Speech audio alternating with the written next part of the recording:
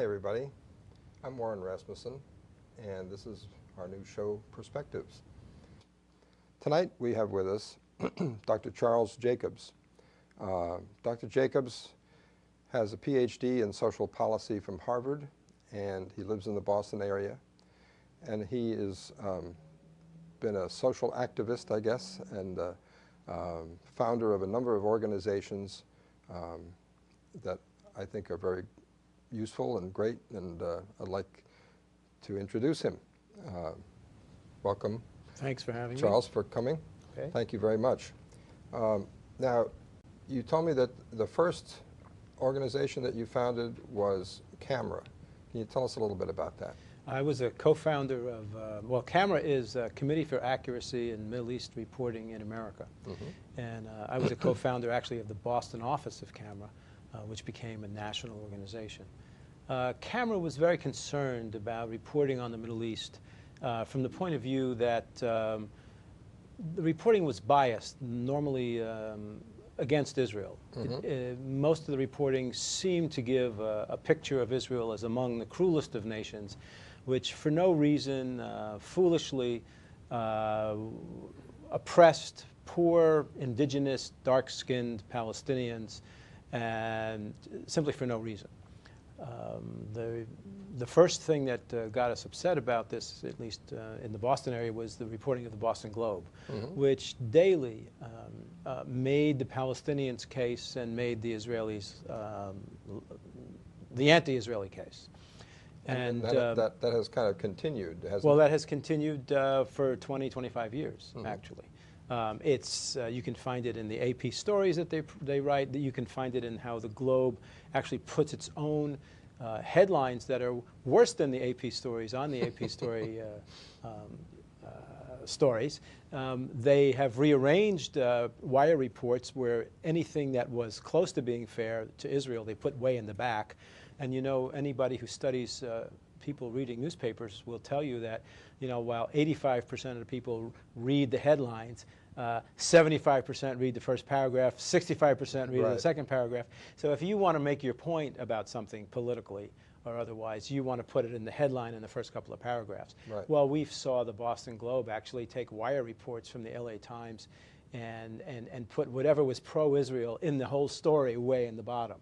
So, and the cartoons, and continually the editorial page, the story that's given there is that Israel is basically in the wrong, the Palestinians are innocent, et cetera, et cetera. So you would find in a place like the Globe, if a Palestinian rioter got hit on the head by an Israeli cop, he would be front page above the fold, whereas other things in the world, which were really, really bad, would be in page 16 or 17, particularly things that were stories about oppression in the Islamic world. Muslims killing Muslims, page 19. You know, Arabs who had black slaves, never or hardly ever. The oppression of women under Islam, way in the back, if at all. So it got to be, the reporting was politicized. And CAMRA was, I think, the first organization which grew nationally, which analyzed not just the Boston Globe, but the New York Times, the LA Times, the Washington Post, and papers around the country, plus CNN, NPR, you know, National Palestine Radio, we called it, et cetera, et cetera. So the problem in the media is really daunting, because it places Israel as the bad white guy. Israel is the bad white guy, and of course the Palestinians are the innocent, darker-skinned, indigenous, poverty-stricken innocents. And, you know, that's a cartoon, maybe, but in effect, that is the media story about the Middle East. Oh, how did that come about? I mean, how do you think that happened? Well, I think that there are a couple of root causes. First of all, many people don't know anything about the Middle East. I mean, Americans can't locate Texas on a map. Israel, I think one analytical piece that I created was, I call it the zoom lens effect. If you fill up the TV screen with the map of Israel, then it's really a lie, because Israel is a tiny little speck If you were to zoom out, you would see that Israel is the size of a matchbox on a double bed, surrounded by 300 million Arabs, most of whom don't accept her existence. But if you were to focus in and zoom in on Israel, well, then the Jews are larger than the Palestinian Arabs, and it makes the Jews look like Goliath when in fact they're David. I think that's one thing. Another thing is this kind of simplistic left-wing or far left-wing analysis, whereas anybody from the Western world is, from the start, guilty. And the Israelis, you know, this time get to play the white guys. You know, last time during the Holocaust, they killed Jews because they weren't the white guys. That's right. Right? So it kind of flipped.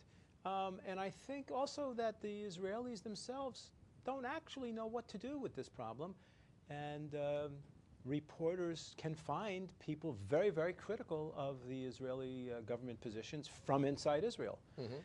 You can't find that in the Arab world. Right. Or if you found it, the man wouldn't be there for long. Right. Or it's very rare. And so it's easy to go in and sit in Jerusalem and in the nice bars, if you're a reporter, and report Israelis bickering and yelling at each other about Zionist policy. And you say, well, you know, maybe the Jews are wrong because they, this Israeli says so. And much harder to go and to the Palestinian side and get a debate or get a discussion. So I think for all these reasons, for 2 decades now, the American people have been, from the mainstream media, been getting the story wrong. And that's a terrible, terrible thing.